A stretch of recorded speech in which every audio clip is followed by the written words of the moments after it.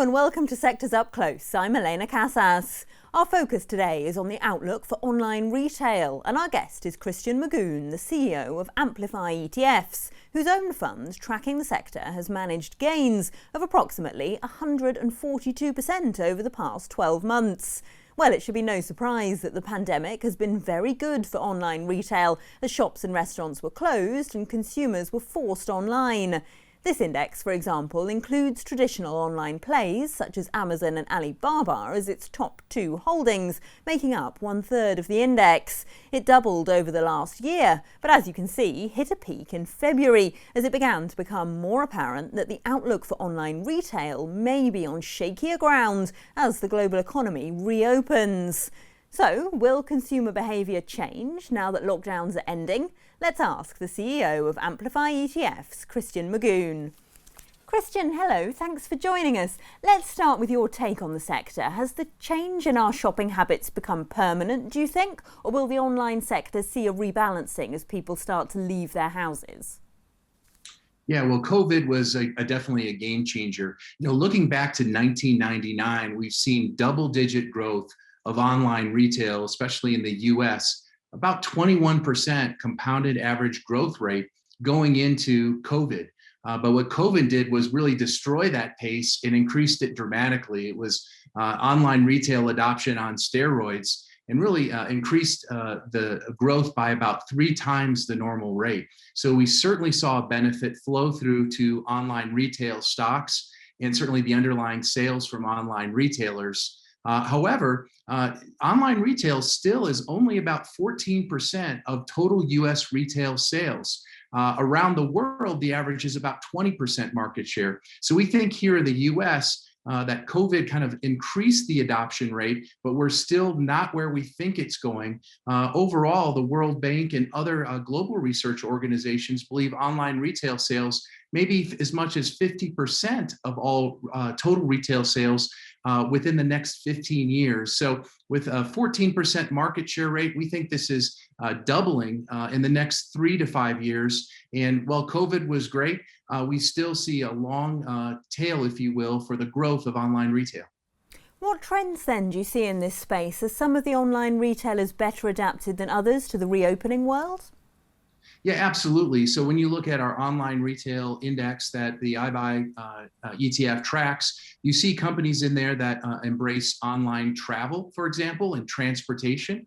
So you see some of the rideshare providers, companies like Airbnb that rent out houses and facilities. About 14% of the index is geared towards this reopening trade of consumers kind of going out and about, traveling, booking online, using these transportation services. In addition, many of these online retailers have, for the first time, been able to gain market share in areas like groceries and food delivery. Many citizens around the world hadn't used these before, but were forced into it for COVID. So it's a little bit like toothpaste. Once you get that toothpaste out, it's hard to put back in the tube. We think that's what's going to happen with online retail in all forms of businesses, but particularly in the travel side. So these companies are growing, but some of them are already very highly valued at the moment. So should investors be concerned about their price to sales ratios?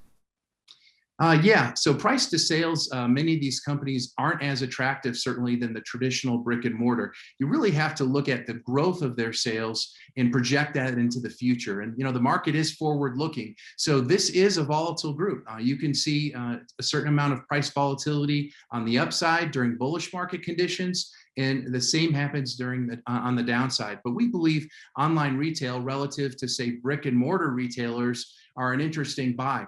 Believe it or not, if you look over the last 12 months, the brick and mortar retailers are now at the same point in terms of performance as online. So the market has already started to price in this reopening trade for brick and mortar. We think that over the next 3 to 5 years, though, if all things are being equal, we want to own the online retailers because we see incredible market share potential for these companies going forward. Well, thanks so much for joining us. That was Christian Magoon, the CEO of Amplify ETFs. Well, before we go, here are the top stories in the online retail space. Shares in Germany's HelloFresh have dropped as investors worried about the prospects for the meal kit delivery company, even though it reported earnings in line with forecasts of $191 million.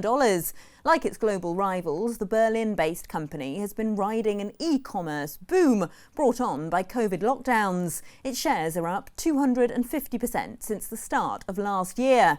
But analysts said the company needed to give more details about how it would retain customers as more people start dining out again.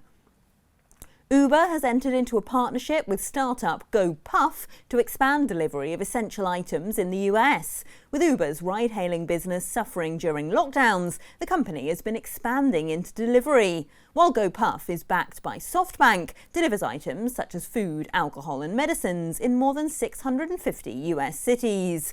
Uber said in-app collaboration between the two is expected to launch in more than 95 cities in June.